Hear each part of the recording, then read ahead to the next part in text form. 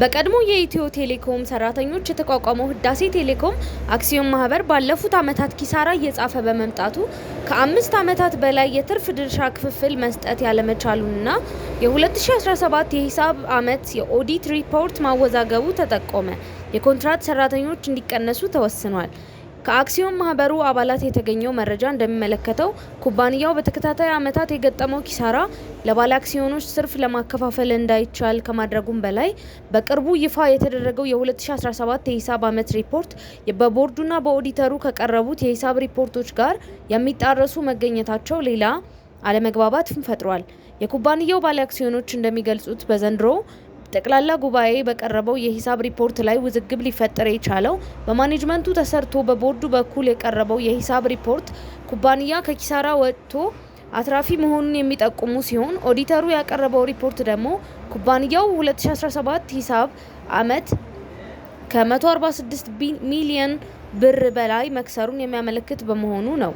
በአንድ ሪፖርት መዝገብ ላይ የተለያዩ ትርፍና ኪሳራን የሚያሳዩ ሪፖርቶች መቅረባቸው ያልተለመደ በመሆኑ ጠቅላላ ጉባኤው ይህ እንዲጣራለት እስከ መጠየቅም ደርሷል። አሁንም ሳታተርፉ አተረፍን እያላችሁ ነው በሚል ተቃውሞ የቀረበበት ሁኔታ መፈጠሩንም ለማወቅ ተችሏል። በቦርዱ የቀረበው ሪፖርት ኩባንያው ለተከታታይ ዓመታት ሲያስመዘግብ ለነበረው ኪሳራ በመምጣቱም በ2017 የሂሳብ ዓመት በታክስ በፊት 64.95 ሚሊዮን ብር አጠቃላይ ትርፍ ማግኘቱን ይገለጻል። በዓመቱ የተረፈው ትርፍ ካለፉት 3 ዓመታት ከተመዘገበው የላቀ ትርፍ በመሆኑም በሂሳብ ሪፖርቱ ላይ ሰፍሯል። ከቀዳሚው ዓመት 2016 ዓ.ም ጋር ሲነጻጸርም የ3.82 ሚሊዮን ብር ወይም 6 በመቶ እድገት ማሳየቱም ተጠቅሷል። ከዚህም በተጨማሪ ኩባንያው መጠባበቂያ ገንዘብ ይዞና 15.51 ሚሊዮን ብር የገቢ ግብር ከፍሎ የተጣራ 49.94 ሚሊዮን ብር ማግኘቱን በጠቅላላ ጉባኤው በማሳወቅ በ2017 የሂሳብ ዓመት ኪሳራ እንዳላስመዘገበ አስታውቋል። በኩባንያው ኦዲተር የቀረበው ሪፖርት ግን ከዚህ የተለየ ሆኖ ተገኝቷል። በኦዲተሩ የቀረበው ሪፖርት መሰረት ኩባንያው በተጠቀሰው የሂሳብ ዓመት 146.8 ሚሊዮን ብር መክሰሩ ተገልጿል። በኦዲት ሪፖርቱ የቀረቡ ተጨማሪ አሃዛዊ መረጃዎች እንደሚያሳዩት ኩባንያው ከታክስ በፊት 118.8 ሚሊዮን ብር ኪሳራ ደርሶበታል። ኦዲተሩ ይህንኑ የኪሳራ ሪፖርቱን ለጠቅላላ ጉባኤው በግንባር ቀርቦ እንዲያስረዳ መደረጉንም ለማወቅ ተችሏል።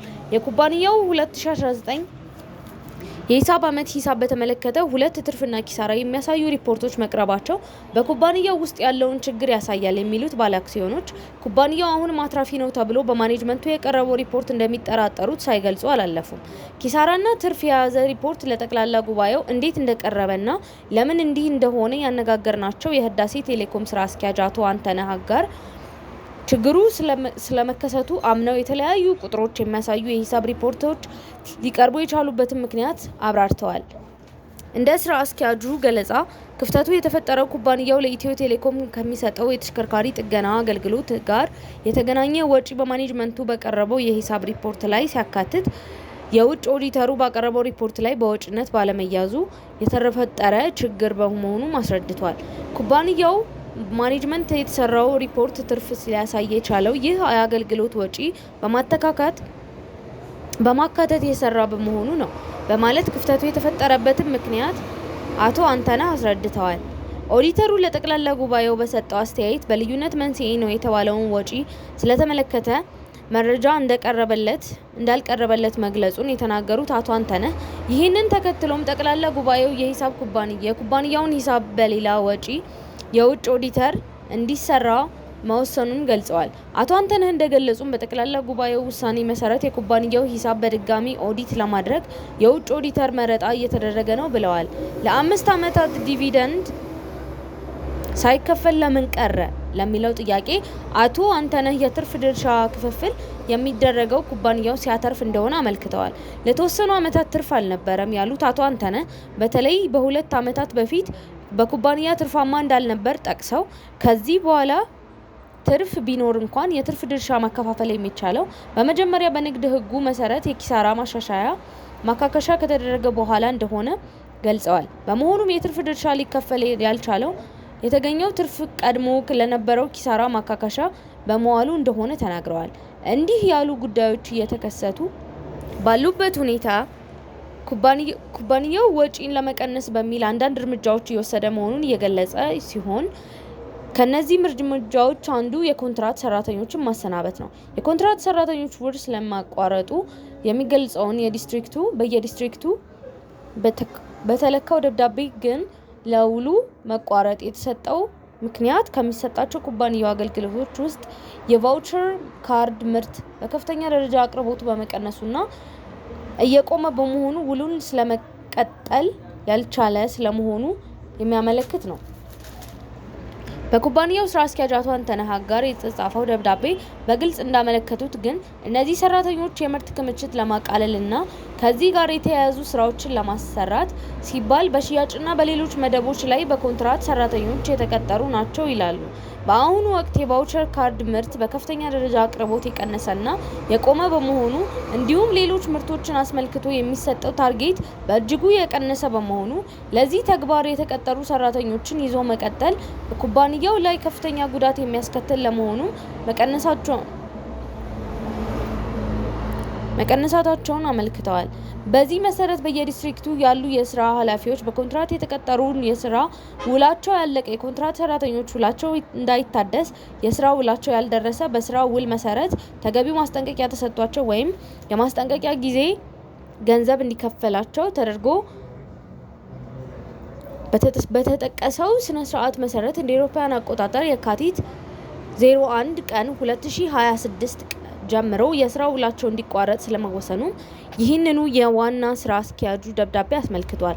የኩባንያውን ወቅታዊ ሁኔታ በቅርቡ እየተከታተሉት ያሉ ሰራተኞች እንደሚገልጹት ደግሞ የኮንትራት ሰራተኞች የተቀነሱበት በኩባንያው ከገጠመው ባለው ኪሳራ ሲሆን አሁን እየታዩ ያሉት ሁኔታዎች በኩባንያው ውስጥ ተከስቷል ያሉት ችግሮች ባለመቀረፉ ቋሚ ሰራተኞች ሊባረሩ ይችላሉ የሚል ስጋት እንዳላቸው ሳይገልጹም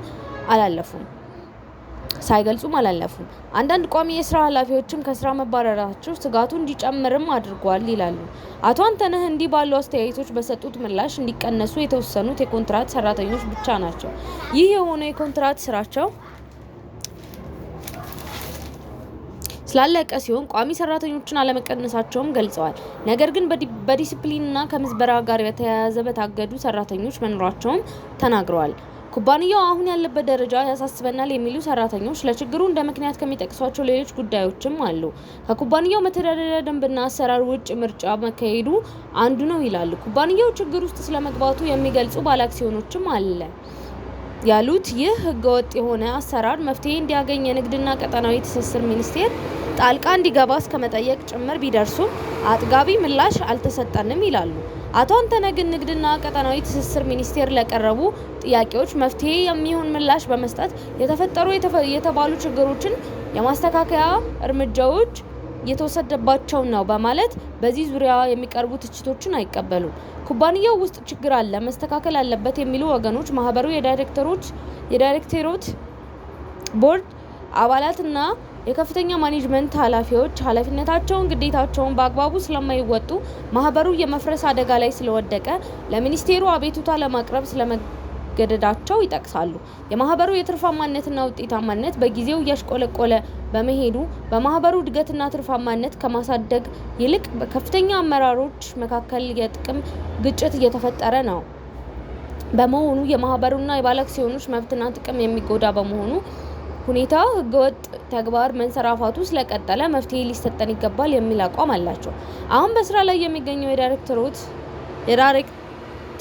ቦርድ የተጣለበት ኃላፊነት እየተወጣና ኩባንያውን በሚገባ እየመራ ባለመሆኑ አዲስ የቦርድ አባላት ምርጫ ለማድረግ እንችል ዘንድ አስቸኳይ ጠቅላላ ጉባኤ እንዲጠራልን በንግድ ህጉ መሰረት ባለአክሲዮኖች በማስፈረም ማመልከቻ አቤቱታ ፔቲሽን ለሚኒስቴር መስሪያ ቤቱ ቢያቀርቡም አዎንታዊ ምላሽ ማጣታቸው ተጠቅሷል። እንደ አቶ አንተነህ ገለጻ አሁን በስራ ላይ ያለው ቦርድ ከ6 ወራት በኋላ የአገልግሎት ዘመኑ ስለሚያበቃ አዲስ ምርጫ ስለሚደረግ እንዲህ ያሉ አስተያየቶች በህግ አግባብ ይፈታሉ ብለው ያምናሉ። የኩባንያው ዳይሬክተሮች ቦርድ በተለየ ከትርፍና ክፍፍል ጋር በተያያዘ ዓመታዊ ሪፖርቱ እንዳመለከተው ከሆነ ደግሞ ባለፉት ዓመታት ኩባንያው በበርካታ ቢሊዮን ብሮች ሽያጮች እያከናወነ ስለመሆኑም ገልጿል። ነገር ግን በበጀት ዓመቱ መጨረሻ ላይ የሚገኘው ትርፍ አነስተኛና አንዳንድ ጊዜም ኪሳራ የሚሆንበት ምክንያት በመሆኑ በቀጣይ ዓመታት ኩባንያችን ትኩረት ማድረግ ያለበት ብዙ በመሸጥ ላይ ሳይሆን ብዙ በማትረፍ ላይ ሊሆን እንደሚገባ ይገለጻል። ለዚህም ወጪን ቀንሶ ገቢ የሚያስገኙ ስራዎችን በትኩረት መስራት አማራጭ የሌለው ነው በሚል ነው። በ2017 ዓመት የሂሳብ ዓመት ደግሞ የስራ አመራር ቦርዱ ኃላፊነትን ከተረከበ ጊዜ ጀምሮ አክሲዮን ማህበሩን ለተከታታይ ዓመታት ኪሳራ እንዲያስመዘግብ ሲያደርጉ የነበሩትን ውስጣዊና ውጫዊ ችግሮችን በጥልቀት የመፈተሽና የመለየት ስራዎችን ስለማከናወኑም ያትታል። ከውስጣዊ ችግሮች መካከል የኩባንያው ደንብና መመሪያ በጣሰ መልኩ ሲከናወን የነበረውን የግዢ ሂደት በማስተካከል ወደ ትክክለኛ ደንብና መመሪያ ተከትሎ እንዲሰራ መደረጉ በግዢ ሰበብ ሲመዘበር የነበረው የኩባንያውን ከፍተኛ ገንዘብ ማዳን ተችሏል የሚል ሪፖርት አቅርበዋል። አሁን ባለው አመራር ባለአክሲዮኖችና ሰራተኞች የሚጠቅም ስራ እየተሰራ አይደለም የሚሉት ወገኖች ግን እየተሰጣቸው ያለው ተስፋ ብቻ ነው ይላሉ።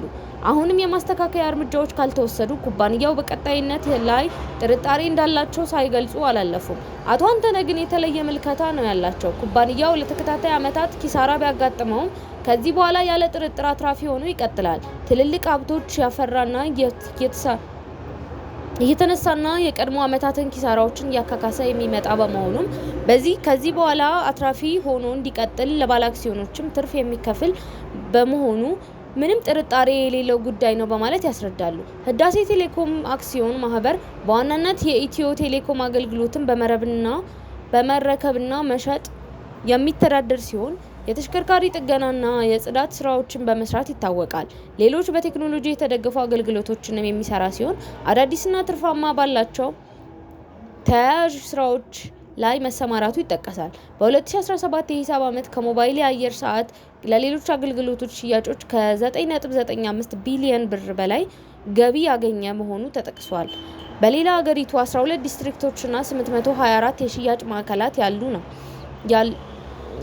ያሉ ነው። እስከ ሰኔ 2017 መጨረሻ ድረስ ያሉት ቋሚና ጊዜያዊ ሰራተኞች ቁጥር 3667 ናቸው። ከዚህ ውስጥም 1820 የሚሆኑት ቋሚ ሲሆኑ አብዛኞቹ ባለአክሲዮኖች የኮንትራት ሰራተኞች ቁጥር ደግሞ 1847 ናቸው። ህዳሴ ቴሌኮም በአሁኑ ወቅት የሀብት መጠኑ 1.8 ቢሊዮን ብር ነው።